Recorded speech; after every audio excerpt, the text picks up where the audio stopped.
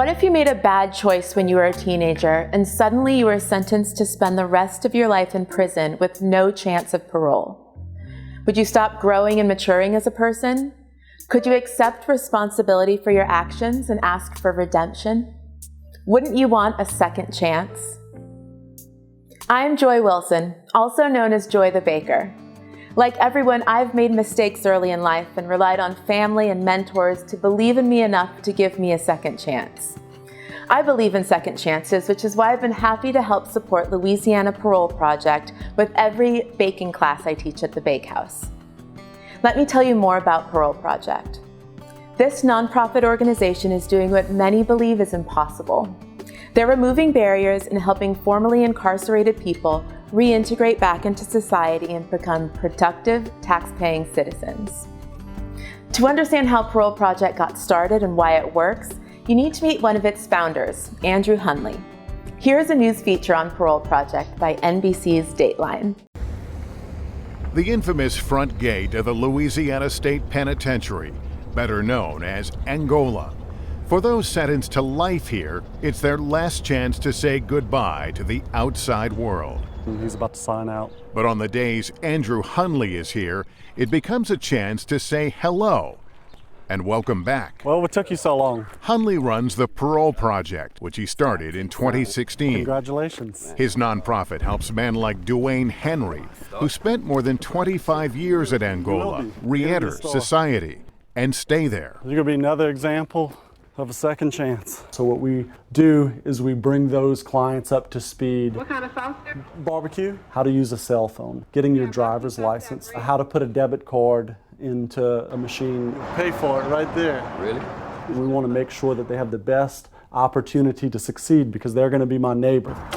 The Parole Project offers clients a temporary place to live, help with job placement, and classes on how to interact with a world that's very different than the one they left behind so long ago. What today's gender norms are, what social norms are, what we tolerate in society. Hunley specializes in clients who are known as juvenile lifers, men who committed their crime before they were 18 and were sentenced to life without parole. Convicted of second-degree murder, Dwayne Henry was 16 when he robbed and killed a man during a drug deal.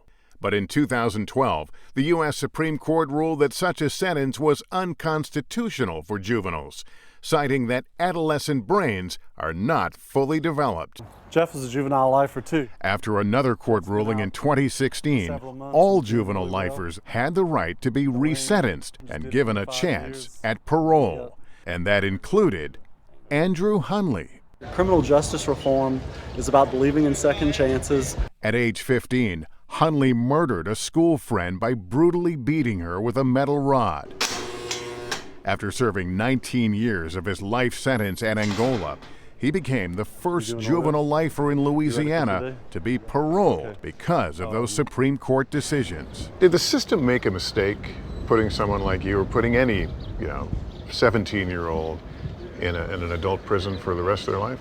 I think the system made a mistake when they sentenced us to life without parole, and they said, you're beyond repair, you're beyond redemption. And the Supreme Court didn't say open up the gates and let all these juvenile lifers out of prison. They said, hey, let's take a look and see how they've changed their lives. After his release, Hunley says he could have blended back into society. But if he did that, he couldn't have started the Parole Project, which to date has helped nearly 50 juvenile lifers get back into the world. I'm able to do something that brings people hope and gives people an opportunity to have a second chance. To be honest with you, it feels like atonement. Since that story aired, the Parole Project has marched forward and the number of people successfully transitioned from prison is approaching 150. But Andrew does not work alone. As a 501c3 organization, there is a board of directors, a staff, and a pool of volunteers. The staff is uniquely qualified to deal with reintegration because most of them have been through it themselves. When I made a parole, Parole Project came pick me up from state police barracks, I'm like, okay, I'm good, I know what to do. I got everything figured out. I know which way I'm going. I'm gonna go here, I'm gonna do this. And but the minute I left the gates, And I realized I was totally lost. And I didn't know, what to do or which way to go. And Parole Project, they guided me, took me through program, the classes, at the time, and that mold and shape, to like where I'm at and what I'm doing today. What you do is you ensure that they have all their needs met, their initial needs, and then you help them along on a journey that's their future, and develop a future for them that actually has hope, and it's not a hopeless situation that they're in.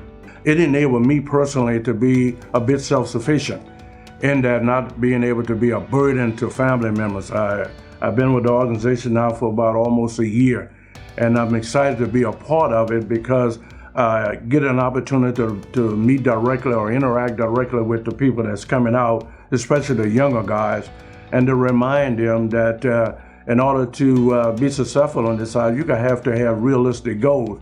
And this organization gives us an opportunity, that includes me, an opportunity to reach those goals. As our population grows, all the clients that we've got now, it just reinforces that what we are doing works. Parole Project is a boots-on-the-ground organization. The year-long program is evidence-based, follows best practices, and allows people to keep their dignity, find work, and confidently stand up on their own. Take a look at some of these success stories. I was a professional car thief. That's what I did. I stole every car I get my hands on. Nobody's fault. I don't blame anything on anybody but myself. I steered across the lines at an early age, and not because my family didn't give me or care for me or show me the right way. It was just when it was time for me to make another step in my life as a young kid, I stepped into the wrong crowd. And I started doing what they were doing, and next thing you know, it was lazy, inconsiderate, uneducated, disrespectful. And I just continued on in jail after jail after jail after jail until it was really just too late, till I wound up with a life sentence.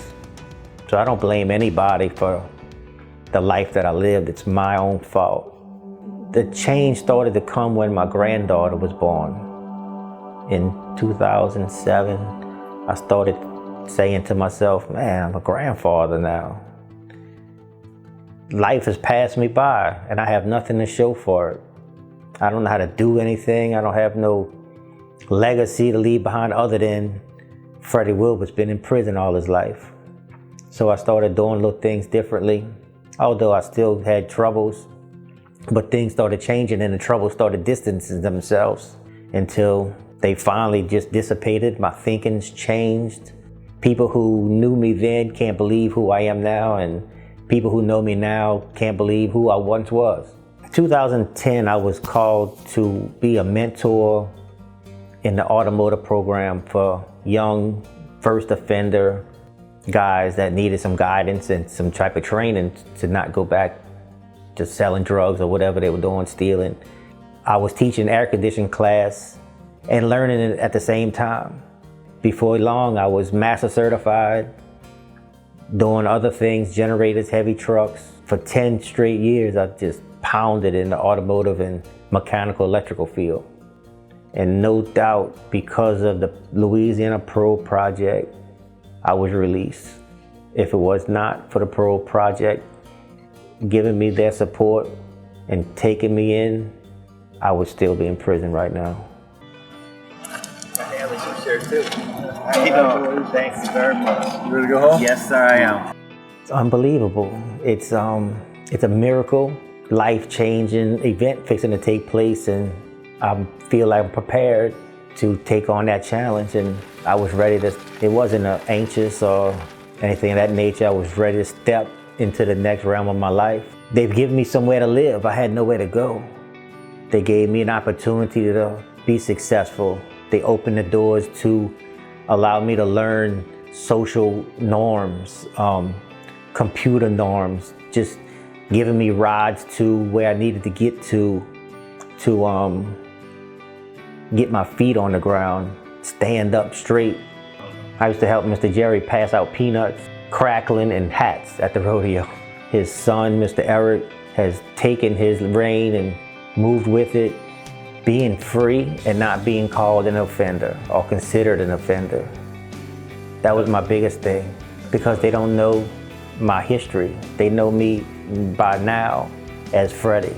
My name tag at work, people who call me Freddie, it's just Freddie. It's not your DOC number. They try to do the best they can for people. The money is for just getting a person with nowhere to go after so long in prison the help he needs to get his own. It's touching for what they do. I'm overwhelmed with joy and excitement and gratitude towards this Parole Project. I knew the world was changing because I watch TV, I read the newspaper, I watch the news. So I'm wondering, I'm saying, how I'm gonna function out there, you know, and after being in prison for 40 years, you know, you're gonna wonder, how I'm gonna make it out there? You know, I've been locked up so long, but I'm telling you, the Parole Project has walked me through everything. And I'm doing good. I've been out 5 months, I got a job, I take the bus. So I'm really proud of myself for serving 40 years and 5 months, I got me a job.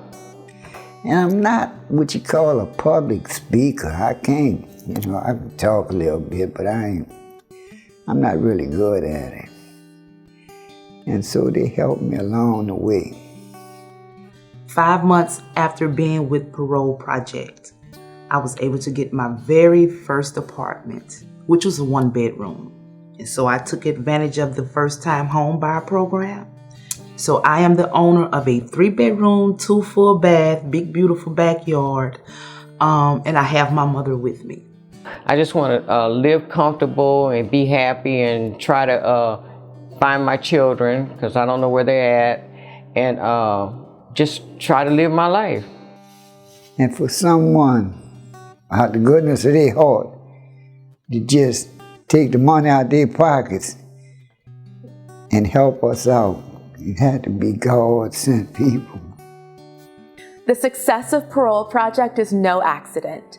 The Supreme Court ruling was not intended to just open the gates of prison. Parole Project's clients have spent many years on a path of rehabilitation and personal development. And I developed, you know, a faith life after I was incarcerated and started on a journey to be a better person. And my favorite image of Christ is that of him washing the disciples' feet.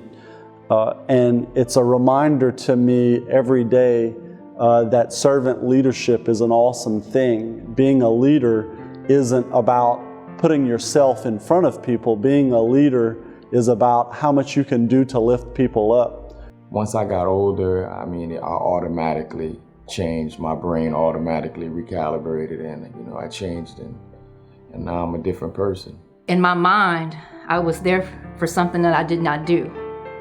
But I had to forgive myself of the past. I had to mature.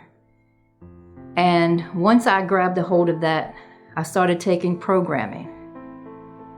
And that's when the transformation in my life began. And you have to have shown that you actually deserve a second chance and you want it. I was fortunate enough as the baby of the prison to have what you called as long-termers who came to my rescue, who told me, who taught me, who protected me, who told me this is what you need to do. And even having this life sentence, you need a paper trail.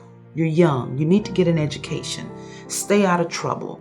And you can't fool the Parole Project, because they are guys with like experiences and they know it. You just can't.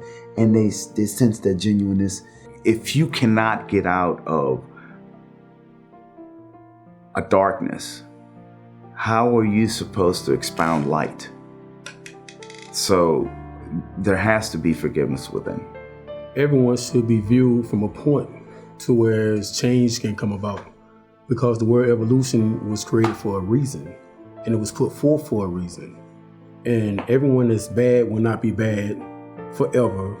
I think I did a lot of positives in my life in prison, and my goal was to give back to other 23-year-olds or other 20-year-olds that were coming in prison, like I was, to make it easier and lighter for them and realize that they needed change. So that was my life in prison. It overwhelms me how impactful that is in one's life, because it impacted me also.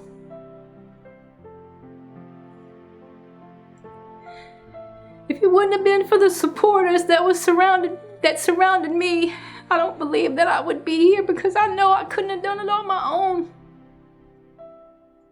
So if I could tell them anything, I would say thank you. Thank you for making a difference, not only in my life, but all the lives that are around me as well. Parole Project changes lives, and those lives change communities. Civic and business leaders are recognizing Parole Project's impact. Eric Lane is one of those leaders. I think because people deserve a second chance.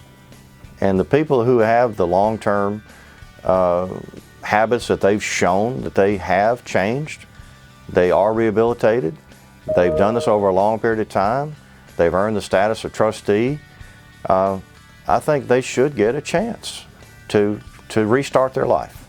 Hey everyone, this is Scott Budnick. I am the founder of the Anti-Recidivism Coalition in California, and I'm the executive producer of the film Just Mercy. And I'm coming to you today to just share my love, my passion, and my support for the Louisiana Parole Project. When I started ARC in California, I learned firsthand what folks need when they come home, whether it be housing, healing, mentorship, connections to school, and living wage jobs and careers. And we have adapted a lot of our program at ARC from what we've learned from the Louisiana Parole Project. And it's been an absolute honor on Just Mercy and bringing this film all over the world to be able to partner with Louisiana Parole Project in the incredible work that they do. I very much look forward to continuing to come to Louisiana and work in Louisiana. And God bless everybody who is supporting this incredible organization that is changing lives, improving public safety, and saving resources and taxpayer dollars so they could go into helping people rather than just incarcerating people. Love to you all, blessings. Hope you guys have a great event. And one of the biggest allies that we have is in fact probation and parole. The Division of Probation and Parole has learned who we are. And in turn, we have learned who they are. And now they consider us a resource, and vice versa. We consider them a resource. I think the general public doesn't see people in prison as individuals. People with life experiences, people maybe who have done bad things, but they're not bad people. And that is not true of all the people that are in prison. I mean, there are some people in prison that need to stay in prison, but a good many of the people that are in prison today could be in the community living good lives. I support the Parole Project because they are to the justice impacted, first responders and ministers of justice. Parole Project does the transformative work of restoring these souls, and they do this while simultaneously protecting the public. Their work is a form of restorative justice, and I am a proud supporter. So my organization, the Securus Foundation, financially supports the Louisiana Parole Project because they are actually doing the work. I've had the pleasure of not only touring their office, but touring several of the houses that they provide, whether it be apartment buildings or if it's an actual house in a residential neighborhood that is respectable, and it gives people some sense of pride. They are very diligent about it truly feeling like a home and not just a traditional halfway house or just a building with four walls. You create a bond, and I think that the Parole Project is, if not the most important part of it, it definitely creates that link that you're talking about between people, the friends, the family, the system, the representation, it all kind of encompasses it all. We are here today to ask for your help. In addition to receiving grant funding, Parole Project relies on the generosity of individual donors and businesses to support their important work. Listen to what these supporters have to say. They have done an amazing job. It has been wildly successful. So we have shown that there is a way to release people who have been rehabilitated back into society and turning a tax burden into a taxpayer. I'm a conservative Republican. I just think our criminal justice system is flawed. He gave back to the next man to help him come out. So there wasn't a space of time that it took Andrew to work into this with his very first paycheck. He gave back to help the next man when he got out. And from that point on, he has continued. So I have a lot of confidence in just the heart he has for this cause. Louisiana Parole Project was the first effort that I became aware of where somebody was beginning to grapple with that issue and doing so in a very thoughtful way and based upon the evidence so far, a very successful way with those that are being brought into the program as clients. So it was pretty easy for me to decide that this is worth my investment. On June 30th, 1993, my life was turned upside down when my 43-year-old sister, Marilyn Sage, was beaten and stabbed to death by Erica Shepard and James Dickerson in Houston, Texas. I spent 30 years working with children and teachers in K-12 education, but I always believed in forgiveness and second chances. I met Andrew Hunley a couple of years ago and the people at Parole Project, and now I realize through their efforts, they are giving many people second chances, and I learned the true meaning of forgiveness and redemption. Please join me. Believe in second chances. Make a gift so that we can continue the work at the Louisiana Parole Project and make Louisiana a safer place in which to live. You can make your check out to Louisiana Parole Project and mail it to 251 Florida Street, Suite 203, Baton Rouge, 70801, or go to Louisiana Parole Project and click on Donate. Thank you, and remember, we are all asked to forgive 70 times 7. The money you give Parole Project goes directly to housing, transportation, food, and transitional support. And we need this for every person who goes through the journey. Thank you for your time and consideration today. And we'd like to close with a few words from Andrew. I'm living proof that people can change, that we all continue to mature and evolve our entire life. When I went to prison as a teenager, I was fortunate to have mentors that encouraged me to reach my full potential. Those mentors were other prisoners, many of whom were incarcerated as teens themselves. They helped me believe in myself, and I believe in them. It is now my life's mission to reach back and help those who deserve a second chance. These are the people who are helping others return to everyday life. These are the faces of those who are now productive members of society. We believe in a criminal justice system that recognizes rehabilitation and redemption. We believe that a little helping hand makes all the difference in the successful reentry into society. We believe in restoring families, improving communities, enhancing public safety, and saving taxpayer money. We believe in the human spirit and the ability to change. We believe in second chances. We are Parole Project.